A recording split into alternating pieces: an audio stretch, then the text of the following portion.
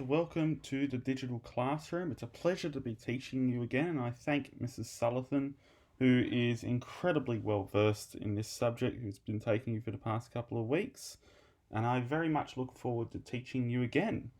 So, what are we doing this week?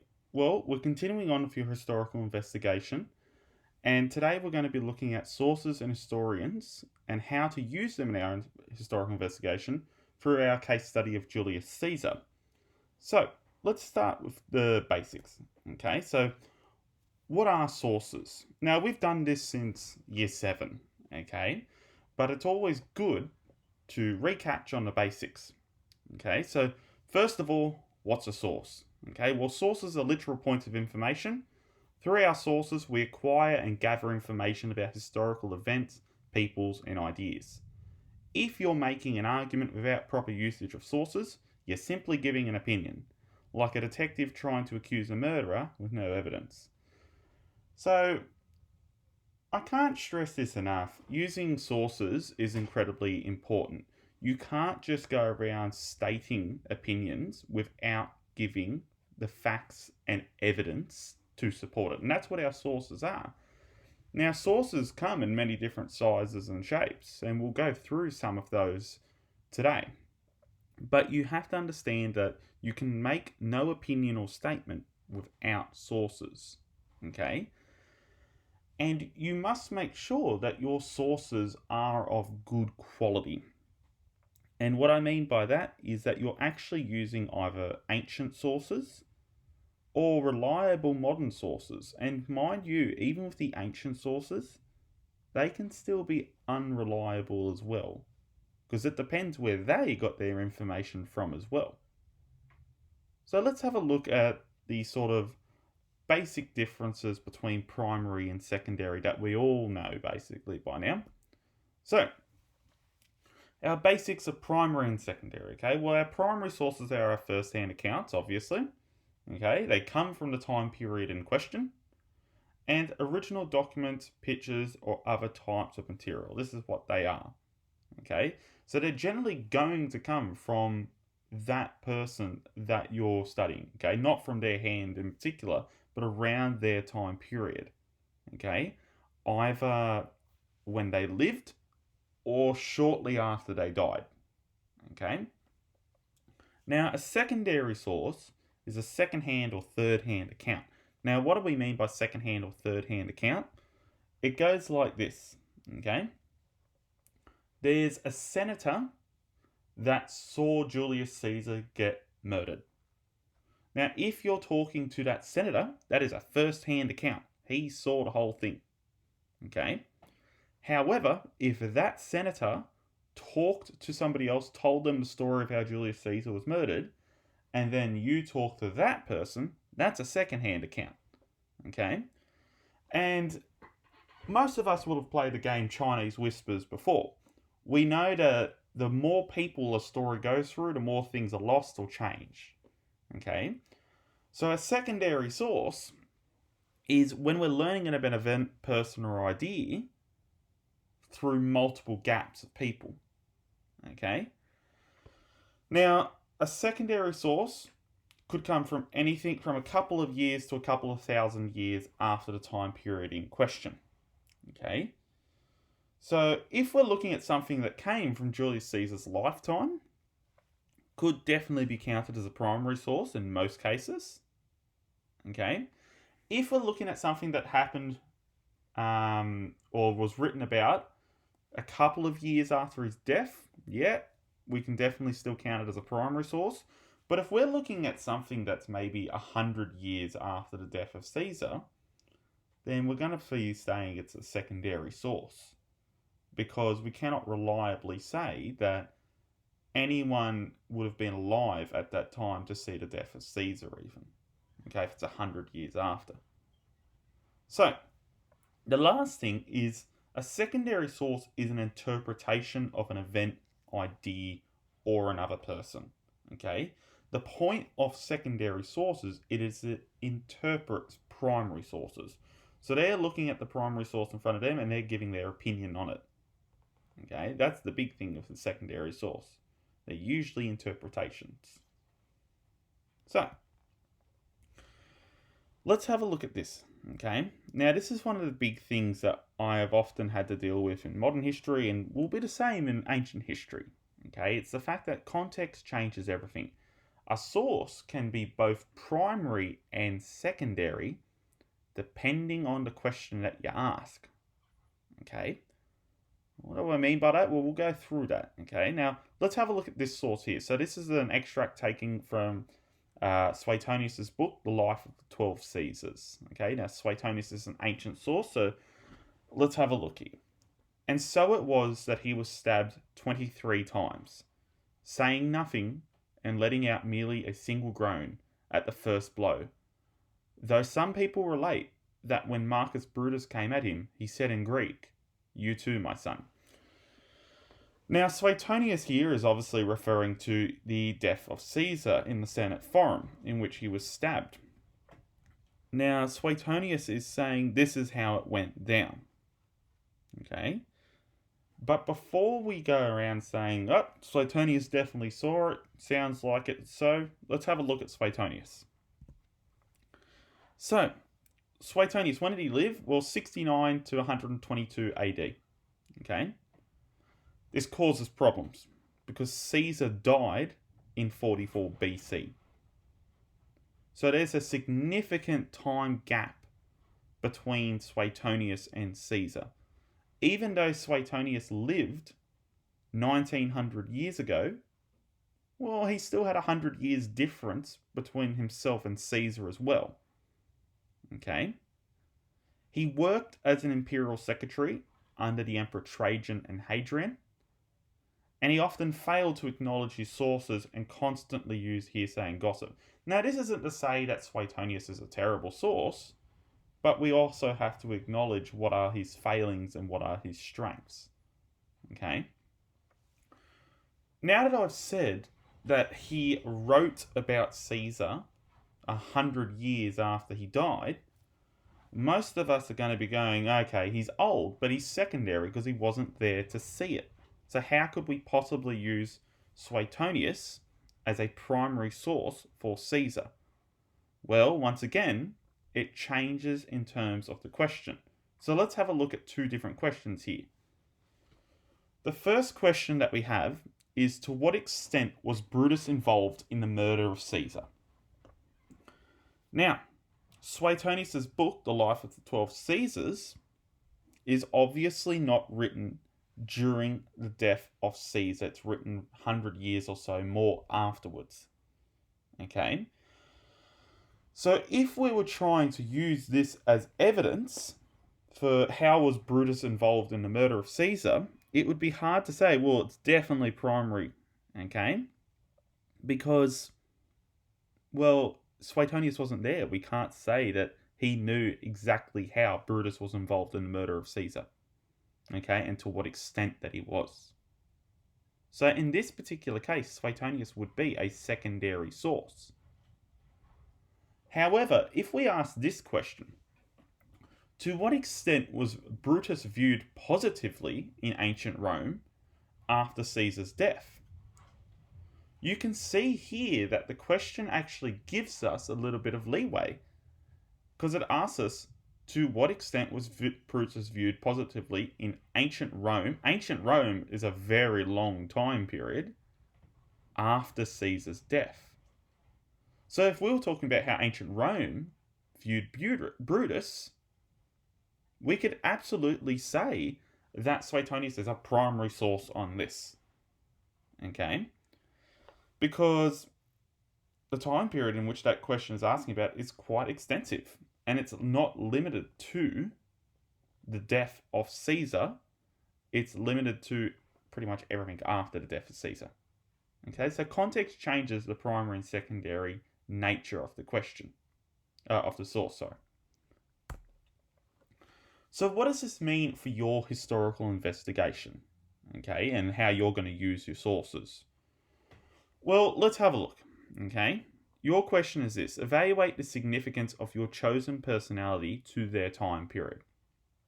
So, your sources should focus on determining how the society valued that personality during their time period.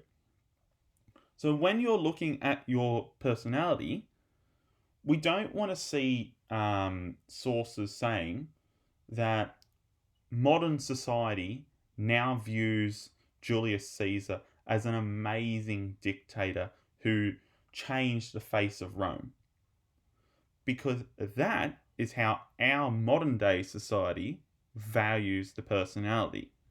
What we want to see is, how did your ancient society, okay, change the society, and how were they valued? How were they treated? How were they respected? How were they perceived? Okay, that's what the question is asking you. Evaluate the significance of your chosen personality to their time period. You have to be able to ask, were they significant to their time period? Not 500 years later, their time period. Okay? Therefore, if someone is writing about Caesar saying how awesome he was 500 years after his death, then it is not really relevant to the question. However, if someone is talking about the impact Caesar had on Roman society, then this, of course, is relevant. Okay? So you have to be careful with how you're analysing using your sources, and you have to be careful with what sources that you are using. Okay? Now let's have a look at different types of sources. Okay, now the first one that we look at is journal articles. Okay, now journal articles are pieces of research that have been written by scholars on particular points of interest and placed into larger works called journals. These are normally peer reviewed, which means they are viewed, criticised, and evaluated by people in that field. Okay, so if they're writing an article on something in ancient history, then a whole bunch of ancient historians are going to get together, look at it and go, is this correct? Okay. For history, it would be an historian who would write an article on something like Caesar. Other historians who had knowledge of Caesar would then check that person's writing, check it for factual correctness, criticize their ideas, or support them, and so forth. Okay. When we get journal articles, it's generally considered the best secondary type source you can have, due to the harsh process it has to go through to get published, as opposed to just getting something off a website that some guy has just written in his basement.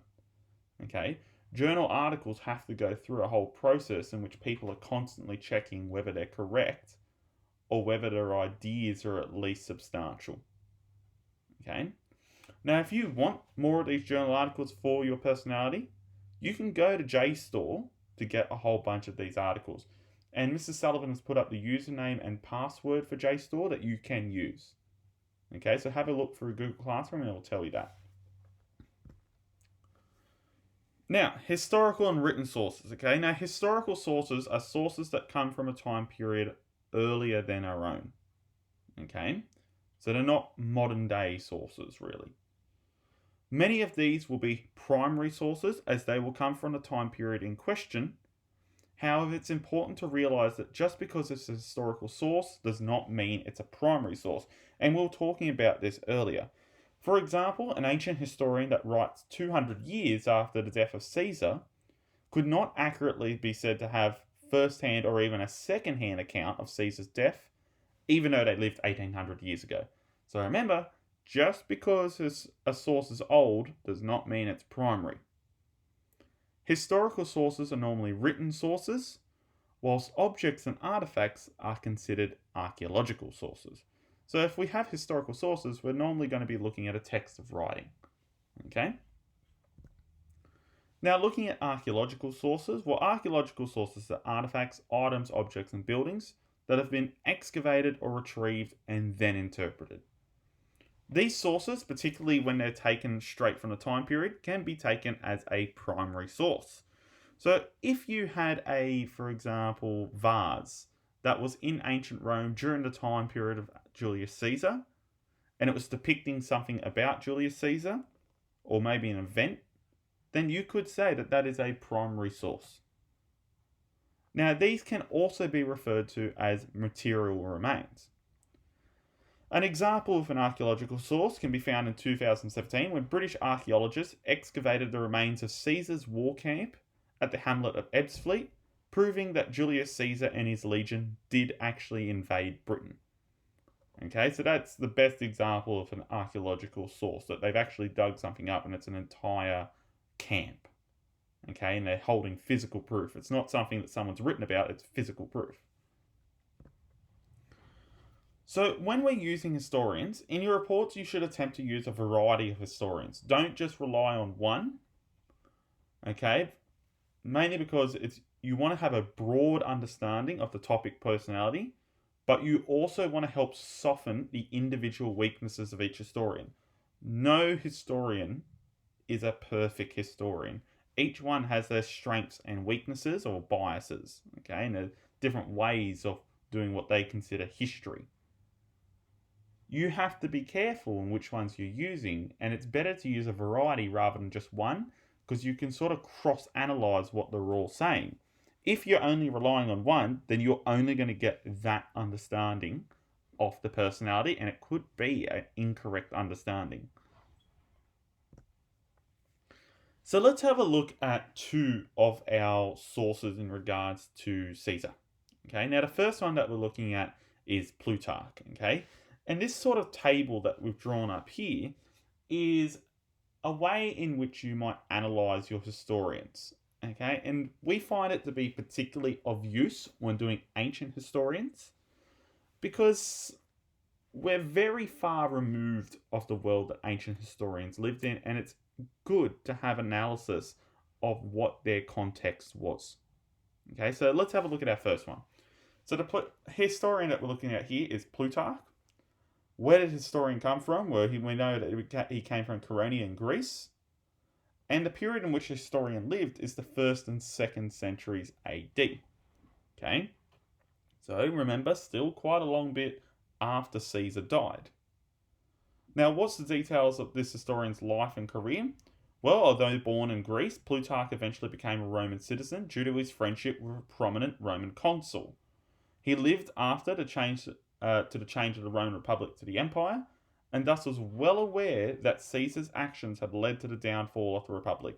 So he lives very much after Caesar, and he lives during the time of the Roman Empire. The Roman Republic is a rather distant memory in Rome. Now, Plutarch's most famous works was the Parallel Lives, in which Plutarch contrasted famous Romans with Greek and Asian personalities. Like many ancient historians, Plutarch was not so much concerned with telling the history of the world, but was actually his philosopher. However, there is evidence that Plutarch extensively researched his chosen personalities in great detail across multiple libraries. Plutarch was mainly concerned with the moral fibre of personalities, so were they good people or were they bad people? And Plutarch also despised tyranny, however, was a firm believer in monarchy if the king was good. So Plutarch will bring his own context to the study of Julius Caesar. Okay, we know that he's from a different ethnic background than most other Romans. That might have a change of his opinion.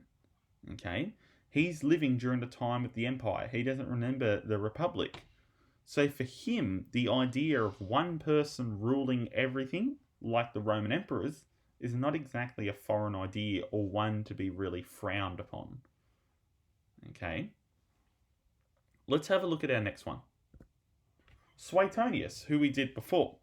Okay, so where's Suetonius come from? Well, he comes from Numidia, modern day Algeria. Okay, and he lived during the mid-1st and 2nd century. Okay, so very much like Plutarch. Now, what about Suetonius? Well, he's famous for his work, The 12 Caesars, which detailed the lives of the first 12 emperors of Rome. Suetonius worked as an official in the imperial administrations and a senator of Emperor Trajan and Hadrian's regimes. However, he was often incredibly critical of the Principate, which was the monarchy, the emperor, and its whole system, and its administrators, the emperors.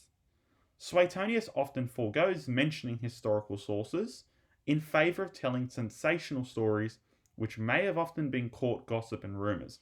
Suetonius loves anything that's interesting. So he might not go for the really, what we'd say, boring historical sources, but if something sassy or amazing was said about something, you can bet that he's going to report it. even if he doesn't know if it's 100% truth.